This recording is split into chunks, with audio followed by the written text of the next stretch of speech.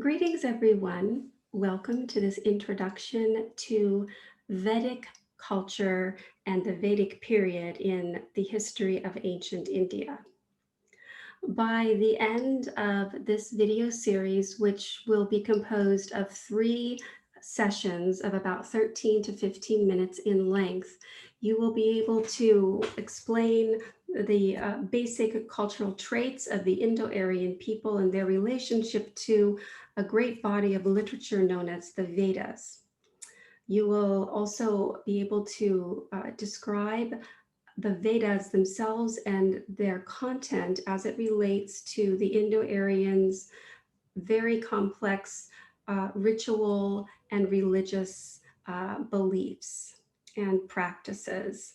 This is very important because not only is it the foundational text for present-day Hinduism, among several other very critical texts, but also it is essential in understanding the formation of Jainism and Buddhism, both of which formed in many ways as heterodox or reactions to the Vedic ritual and belief system. So we are setting the stage to understand the 3 great world religions, 3 indigenous religions in India that will have such a profound influence on the art and culture of Asia. East Asia, Southeast Asia, and South Asia. So let's begin.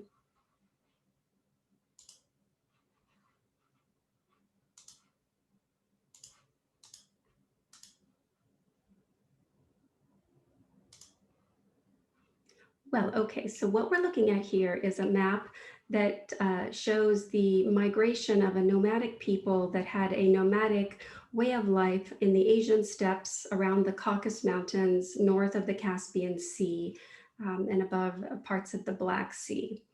This nomadic people are referred to as the Aryans. In this class, I will call them Indo-Aryans, and they migrated into the area that had been previously dominated by the Indus Valley civilization.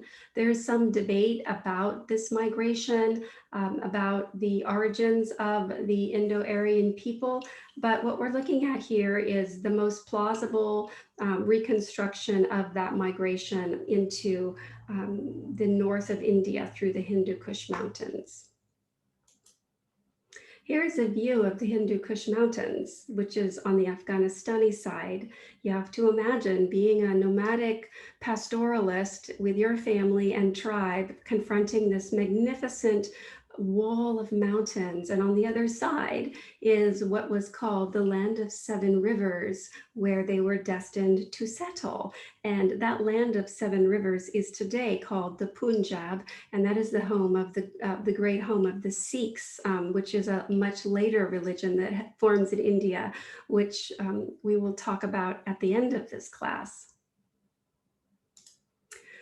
We understand the Indo-Aryan culture and history not through material objects left behind. Remember, they're nomadic, and therefore habits of building and creating objects that are heavy and difficult to move are antithetical to a nomadic pastoral way of life. However, the nomadic people, the Indo-Aryans, had a remarkable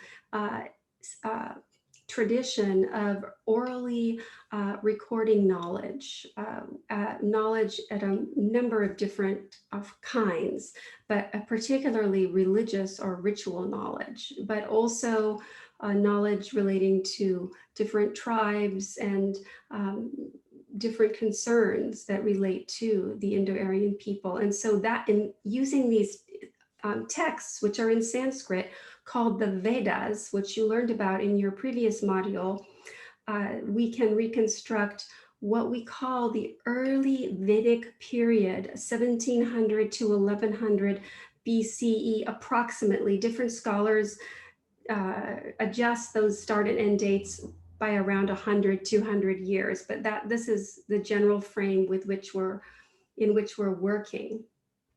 And these names here are names of Vedic tribes. Now you notice in front of Vedic Here we see the word rig.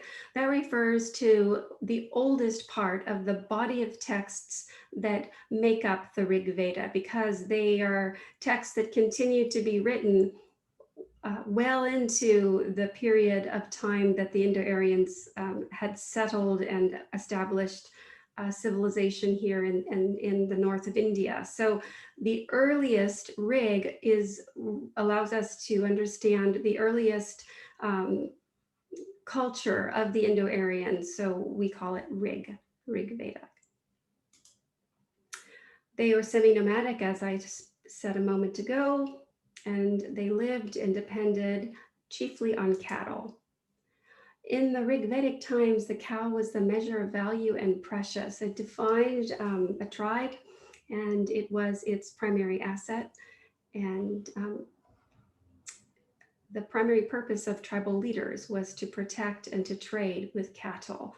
I've used a few what we call Indian miniature paintings that are coming from later periods in Indian artistic production, but they're perfect for talking about cattle and its central place in a culture, because the cow would only grow more sacred as time went on and Indian history passed out of the Vedic period and into more modern periods. The cow grew in importance.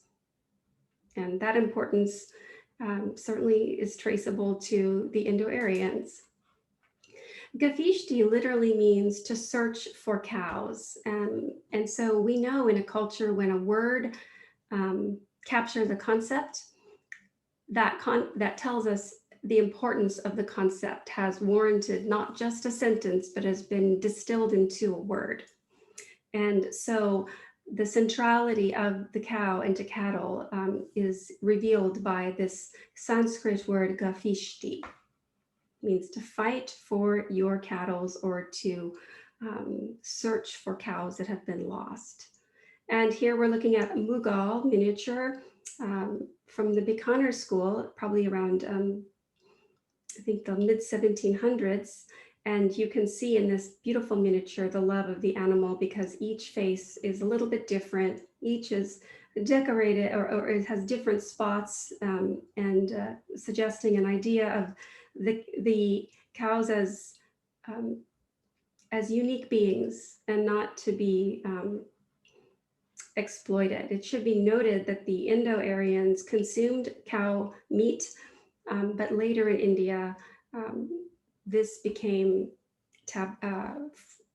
absolutely not something that you would do with a sacred cow, which gave milk. It was not to be eaten. And this is related to Hinduism and Krishna and concepts we'll talk about further on. The basic social unit of Rig Vedic society was called Gotra, which means cow pen. Again, humans understood their own social constructions to be like a shed for holding cows. So again, that really underlines the centrality of the cow in this culture. And the emphasis here is not accidental, not only because the cow becomes so important in Hinduism and in India and in general, but also because the ritual sacrifices that we'll be looking at in the next video invariably involve milk from a cow as a sacred offering to God. So this foundation will help make you appreciate the significance of giving cow milk and ghee, a form of clarified butter, into fire was a very sacred act, something that may not be obvious unless you really are able to reconstruct the place that the cattle occupied in a sense of place and a sense of the cosmos and in ways of life. The advantage that the Indo-Aryan people had over the people in North India was the technology of, well, not the taming of the horse, which isn't exactly a technology, but a skill, taming a horse. The technology would be the spoked wheel, which you're looking at right here, and the chariot. So this enables much greater, gives a tremendous advantage in a battle if you have the kind of speed and liberation of your own feet to shoot your arrow, as you can see here, or trample your enemy, which you also can see here. The early Vedic period is confined mostly to the Indus Valley. That is the area right here along the Indus River, which is here called Sindhu, but it's the Indus River. And again, I remind you of the early Vedic period. This particular map sees it as starting at 1500. My previous said 1700. It's again, they vary, but I think you get the idea. With the advent of iron, which is a hard metal, it's such an important development in human history that we call the age where iron becomes used, mined and used, the Iron Age. Iron comes after copper and bronze, which are previous ages which exploited metal as tools. Iron is much harder than copper or bronze. And with iron came, and the advantages iron offered, came changes to the way of life of the Vedic people. Specifically, they began to move away from the Indus Valley Basin here and moved into the Ganga Basin here. And this basin is a very wet and fertile land, dense and thick with trees. And so iron as the head of axes would have been essential to be able to make the Ganga Basin habitable. And in that process, the Indo-Aryan people moved away from their pastoral, semi-nomadic tribal way of life to an agricultural oriented society, which came with a price and advantages. The advantages is when a society becomes agrarian based, there's more certainty of food sources.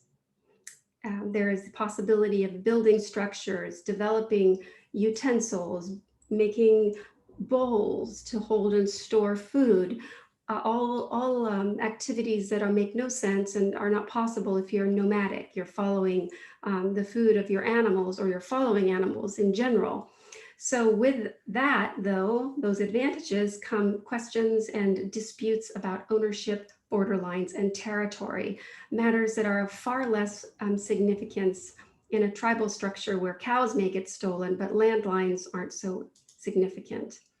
Before we move into that, just allow me to show you this wonderful elevation satellite map to tell you kind of the remarkable world or land in which the Indo-Aryan people came to inhabit, which is against this wall of the Himalayan mountains and between rivers, as particularly the Ganges River here.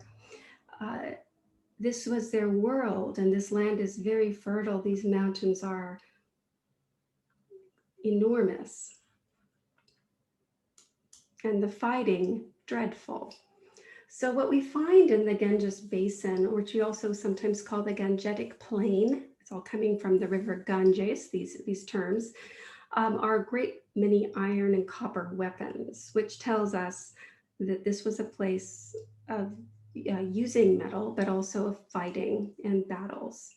But we also have in this area of the Gangetic Plains or the Ganges Basin, wonderful objects of what we call grayware pottery, and many fragments of pottery have been found in the Ganges Basin here in the Gangetic Plain. And you remember from our previous module, these pottery is a sign of a settled way of life. We know this to be the shift towards a Neolithic and to civilized society, which settles into agrarian ways of life, and pottery is always a sign of that. So here we have pottery, and it's decorated, and a great deal of work is continuing to be done by archaeologists to preserve as much as possible these material records of a largely immaterial culture with only the Vedas as our source. So it's exciting to see what else will be unearthed. So before we close this first session, let me show you an image from a great epic that was written in probably the 4th century BC and reflects a great time of battle in the 5th century BC as the Indo-Aryans were fighting over territory and land in the Gangetic Basin. Here is a great epic called the Mahabharata. It's much longer than the epics written by Homer, like the Iliad, the Odyssey, that you would have in the classical, more Western area. It's a great battle, and sorry, not the Odyssey, the Iliad by Homer. I'm confusing my epics in Greece. The Iliad.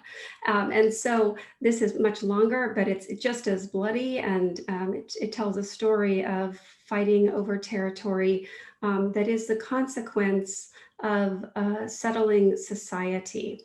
I will return to this image in our next unit, and I will see you soon. I'm running out of my quota of time, so let me say goodbye. See you in a moment in our next video.